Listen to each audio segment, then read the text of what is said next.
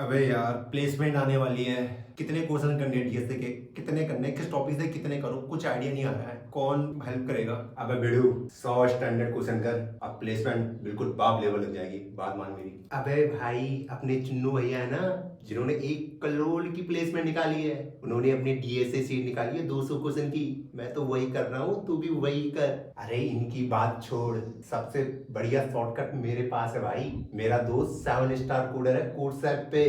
वो तेरा कोई भी कोडिंग आराम से निकाल देगा, बस थोड़ा खर्चा पानी देख लेना यार। भाई ये सब लोग ना बकवास कर रहे हैं, हम लोगों से आईटी तो कभी निकला नहीं, डीएसए तो उससे भी हार्ड होता है। वो कंपनियां हमारे लिए सिर्फ सपने की तरह है, हम जाके किसी स्कूल में टीचर बन जाएंगे, पर ये हमारी बस की बात नहीं है। बांध ले ये बात, डीएसए छोड़ दे। इतना कंफ्यूजन मैं नहीं कर रहा। अगर आप भी कंफ्यूज हैं कि मुझे कितने क्वेश्चन करने हैं ताकि मेरा सिलेक्शन बड़ी बड़ी कंपनियों में हो पाए, गूगल, उबर, अमेजॉन, माइक्रोसॉफ्ट जैसी बड़ी कंपनियों में, लेकिन आपको अभी आइडिया नहीं है कि कितने क्वेश्चन इनफ हैं, तो जानते हैं आज की इस वीडियो में।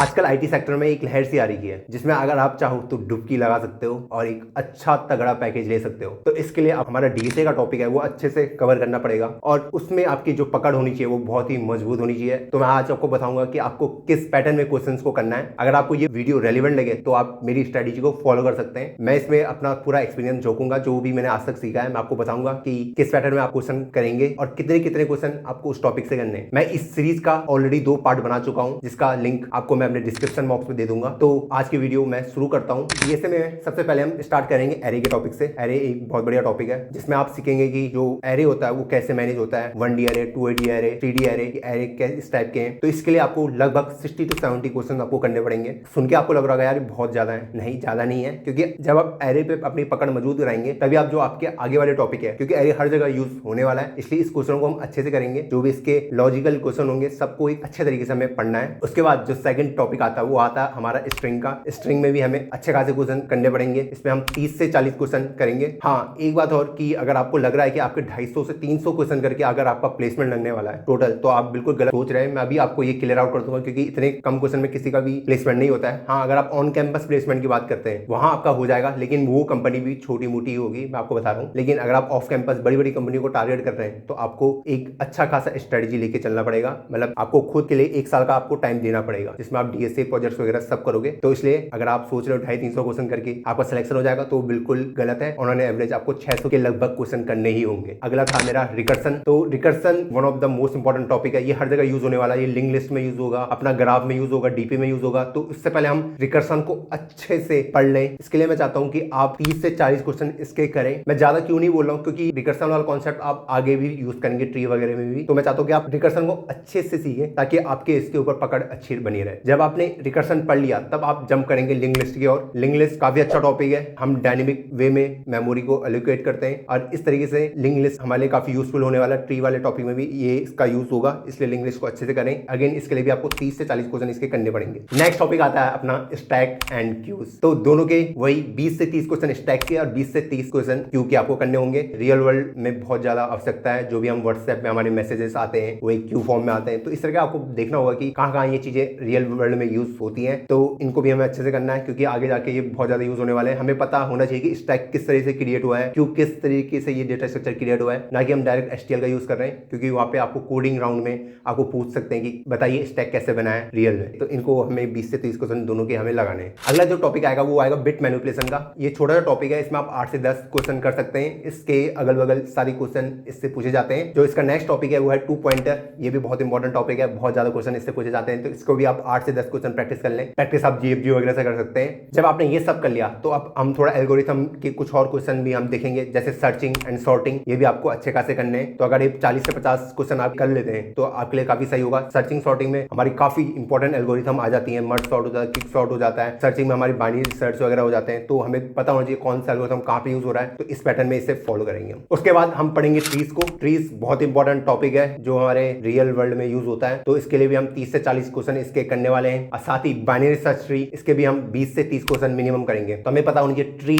और बाइनरी सर्च ट्री में डिफरेंस क्या है, तो इनको भी आप जानेंगे। इनको आप रियल वर्ल्ड में कैसे इंप्लीमेंट करने वाले हैं। आप इसको एरे से कर सकते हैं, आप इसको लिंक लिस्ट से कर सकते हैं, मतलब जिस तरीके से आप इसको इंप्लीमेंट करना चाहो कर सकते हैं। तो मैं आपको एक प्रॉपर वे बता रहा हूँ कि आप इस तरीके से इन क्वेश्चन को करें। तो मेरा नेक्स्ट टॉपिक होगा वो होगा हीप और प्रायोरिटी क्यू। इसके अगेन आपको 30 से 40 क्वेश्चन करने हैं। ये इंपॉर्टेंट टॉपिक है। और एक चीज, हाँ, आप डायरेक्ट यूज मत करना एचटीएल को, पहले आपको पता होना चाहिए हीप क्रिएट कैसा हुआ है, प्रायोरिटी क्यू कैसे बनती है, फिर आप इनको डायरेक्ट एचटीएल की यूज से डायरेक्ट इनको यूज कर सकते हैं, कोई दिक्कत नहीं होगी। पर लेकिन आपको इनको रियल वर्ल्ड का पता होना चाहिए, एक्चुअल में बने कैसे, वर्किंग इनकी कैसे हो रही है। अगला आएगा हमारा हैशिंग। हैशिंग बहुत ही इंपॉर्टेंट टॉपिक है। अगेन हैशिंग, हम हैश मैप वगैरह यहाँ भी हम यूज करते हैं हैशिंग का। तो आपको पता होना चाहिए हैशिंग क्यों यूज हो रही है, क्योंकि ये ऑर्डर ऑफ वन टाइम में कुछ भी सर्च कर देता है। तो मतलब on an average order of one ही होता है, तो इसलिए इसको भी पढ़ना अच्छा है। 15 से 20 क्वेश्चन आप इसके जरूर कर लें। इसके बाद आप पढ़ सकते हैं ग्रीडी एल्गोरिथम। ग्रीडी एल्गोरिथम तो हमने हर जगह बताया, क्योंकि जब आप डीपी वगैरह पढ़ोगे उससे पहले आपको ग्रीडी वगैरह पढ़ना पड़ेगा, तो आपको अप्रोच पता चलेगी ग्रीडी के अलावा हम क्या यूज कर सकते हैं। तो पहले हमें ग्रीडी एल्गोरिथम, इसको हम एक ब्रूट फोर्स अप्रोच की तरह भी कहते हैं। तो आप पहले हम ग्रीडी एल्गोरिथम पढ़ेंगे, क्योंकि ब्रूट फोर्स अप्रोच करके कई बार हमें अपना ऑप्टिमाइज सॉल्यूशन मिल जाता है। तो ग्रीडी एल्गोरिथम भी हम 15 से 20 क्वेश्चन करने वाले। अब जो टॉपिक मैं बताऊंगा वो प्लेसमेंट के पूरे हार्ट है। 70% जो भी आपको क्वेश्चन पूछने जाने वाले हैं वो इन्हीं टॉपिक से पूछे जाएंगे। तो सबसे पहले हम ग्राफ्स पढ़ेंगे, उसके बाद हम डीपी पढ़ेंगे। तो ग्राफ्स हमें अच्छे से पढ़ने, जितने भी एल्गोरिथम है, बीएफएस, डीएफएस, ये काम कैसे करते हैं, तो इन सबको हमको देखना है। तो मैं आप चाहता हूं कि आप 70 से 80 क्वेश्चन, जी हाँ 70 से 80 क्वेश्चन आप ग्राफ के जरूर लगाएं, वैरायटी ऑफ क्वेश्चन लगाएं, ताकि आपको आपकी जो थिंकिंग पावर है वो डेवलप हो सके। उसके बाद डायनेमिक प्रोग्रामिंग, ये तो मेरे से लोग बहुत ज्यादा डरते हैं, लेकिन इस पे जंप करने से पहले आप अपना रिकर्सन अच्छे से अच्छा कर लें, वरना आपको डीपी में बहुत ज्यादा प्रॉब्लम होने वाली है। तो डीपी के मिनिमम हम 100 क्वेश्चन करेंगे, कम से कम 100 क्वेश्चन, जी हाँ। स्टैंडर्ड एल्गोरिथम हम करेंगे, उसके बाद हम 100 क्वेश्चन, ताकि हमारी जो थिंकिंग पावर है वो डेवलप हो पाए टाइम के साथ। तो ये वाला टॉपिक बहुत इंपॉर्टेंट है, ग्राफ प्लस डीपी। 70% टॉपिक जो भी इंटरव्यू में हमें पूछे जाएंगे, इन्हीं टॉपिक से हमें पूछे जाने वाला है, तो इसको हम अच्छे से प्रिपेयर करने वाले हैं। अब बात कर लेते हैं कुछ एडवांस टॉपिक की, जैसे ट्राई भी एक ट्री का ही टाइप है, तो उसमें भी हम 8 से 10 क्वेश्चन करेंगे। ये एडवांस टॉपिक है। अगर आप पहले जो आपने प्रीवियस क्वेश्चन बताया अगर आपने वो कर लिए, तो आप इन एडवांस टॉपिक को भी कर सकते हैं। तो अगर 8 से 10 क्वेश्चन ट्राई कर लेते हैं तो बहुत सही होगा। उसके बाद सेगमेंट्री भी one of the most important topic है। इसके भी आपको 8 से 10 क्वेश्चन करने चाहिए। और लास्ट है फैनविक्ट्री, इसके आप 4 से 5 क्वेश्चन कर लें, ताकि आपको आइडिया लगे कि हाँ ये भी कहीं यूज होता है, मतलब होगा। एडवांस टॉपिक है, ये तीनों थोड़े एडवांस टॉपिक में आते हैं, बहुत कम कंपनीज पूछेंगी, लेकिन अगर आप खुद को थोड़ा एडवांस लेवल पे लेना चाहें तो इन टॉपिक को जरूर करें। अब बात ये आती है कि जब मैं इन टॉपिक को कर रहा हूं तो मुझे कितने इजी, कितने मीडियम, कितने हार्ड लेवल के क्वेश्चन करने हैं। देखो सिंपल फंडा ये है कि हमें सबसे पहले इजी क्वेश्चन से शुरू करना है। इजी क्वेश्चन से हमारी एक कॉन्फिडेंस हमारे अंदर बिल्टअप होगा कि हाँ मैं ये क्वेश्चन कर सकता हूँ। देखो हमें इंटरेस्ट किस चीज में आता है, जिसमें हम अच्छे होते हैं। अच्छा हम कब होते हैं, जब हम उसमें अच्छा कर पाते हैं। तो अच्छा आप कब कर पाएंगे, जब आप कुछ इजी क्वेश्चन को सॉल्व करेंगे, ताकि आपके अंदर जो कॉन्फिडेंस हो वो बूस्ट हो कि हाँ ये क्वेश्चन मुझसे बन रहा है। इस तरीके से आप इजी, मीडियम, हार्ड इस तरीके से करेंगे। तो आप 40% इजी, 40% मीडियम, 20% हार्ड क्वेश्चन कर सकते हैं, या फिर 35% इजी, 35% मीडियम और रिमेनिंग 30% हार्ड। 20 से 30% क्वेश्चन आपके हार्ड होने चाहिए। ये नहीं कह रहा कि आपको 60-70% हार्ड करने, नहीं, 20 से 30% बहुत है हार्ड क्वेश्चन के लिए, ताकि आपका कॉन्फिडेंस बिल्टअप हो और आप अच्छे से कोई भी क्वेश्चन कर पाए। डीपी के लिए मैं आपको एक राय दूंगा, हमेशा इसे टॉप डाउन अप्रोच से सॉल्व करें, मतलब रिकर्सन से ही सॉल्व करें। टेबुलर जो फॉर्म है उससे डायरेक्ट सॉल्व करने की कोशिश मत करें, आपको बहुत बड़ी दिक्कत होने वाली है। अभी अगर आप बिगिनर हो, ऐसे बिगिनर मैंने बहुत बड़ी गलती करी, क्योंकि जो भी यूट्यूब पे जो भी लेक्चर्स हैं वो सब यहीं से हैं। ग्राफ्स एक बहुत ही इंपॉर्टेंट टॉपिक है, ग्राफ्स को भी अच्छे से करना।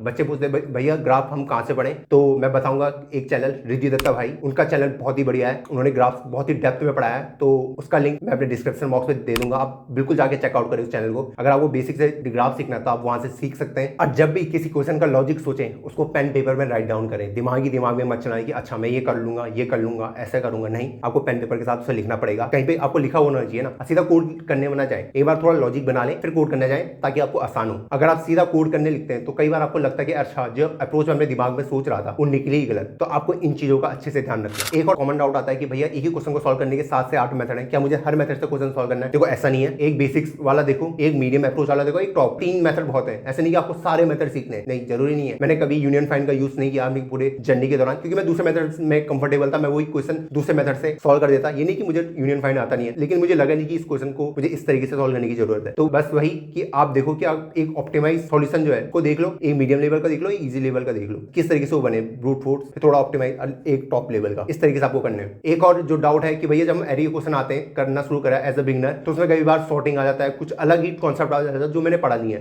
देखो क्या कर, सिंपल एक काम करना, आपको वो स्किप कर दो वाले क्वेश्चन, क्योंकि जब आप सॉर्टिंग में पहुंचेंगे वही क्वेश्चन आपको वहां भी पूछे जाने वाला है, तो आप वो वहां कर सकते हैं। तो अभी सिर्फ एरे से रिलेटेड ही क्वेश्चन करें, कोई अलग कॉन्सेप्ट उसमें घुस रहा है तो वो तो आप बिल्कुल को छोड़ सकते हैं। बाकी अगर आप किसी डीएसए सीट के भरोसे बैठे हैं कि मुझे 250-300 क्वेश्चन करके अगर आपकी प्लेसमेंट लगने वाली उन डीएसए सीट के, तो भाई ये आपकी सबसे बड़ी गलतफहमी होने वाली है। वो सिर्फ आपके लिए कॉम्प्लीमेंट्री है कि आपने बिगिनिंग कर दिया कहीं से कोडिंग की, आप उसे एक थोड़ा सा पार्ट ले सकते हैं। अच्छा, मैं अभी जर्नी के दौरान ये वाले क्वेश्चन भी कर लेता हूं, लेकिन अगर आप पूरी तरीके से उसी सीट पर रिलाय है तो ये आपकी सबसे बड़ी मिस्टेक होने वाली है, क्योंकि 250-300 क्वेश्चन का कोई भी प्लेस नहीं होता है। हाँ, एक्सेप्शन हर जगह होते हैं कि ऑन कैंपस में आप हो जाए, पर ऑफ कैंपस में ये चीजें नहीं होने वाली है। तो आपको इस बात का भी ध्यान रखना पड़ेगा कि मैं जब भी क्वेश्चन करने बैठूं तो मुझे अच्छे खासे क्वेश्चन करने होंगे। कई लोग कहते हैं भैया हजारों क्वेश्चन सॉल्व करो, 2-3-4 हज़ार नहीं, इतने भी नहीं करने। आप 600 के अराउंड भी अगर क्वेश्चन कर लेते हैं तो आपकी बहुत अच्छी पकड़ बन जाएगी। अब देखो, हम सब जानते हैं कि एज अ टियर 3 स्टूडेंट हमारे पास उतनी अपॉर्चुनिटीज नहीं होती हैं, तो हमें एक काम हमेशा करना है, मेहनत मारती जानी है। दरवाजा है ना, वो हम खटखटा रहे हैं, खोल नहीं रहा, इतनी मेहनत करो कि हम दरवाजा को तोड़ के पार निकल पाए। तो मैं वही आपको बता रहा हूँ। और अगर आपको इस वीडियो से रिलेटेड कोई भी डाउट आ रहा है कि डीएसए में किस टाइप के डाउट्स आपके दिमाग में आ रहे हैं, वो मुझे कमेंट सेक्शन में आके पूछो, मैं सबका क्वेरी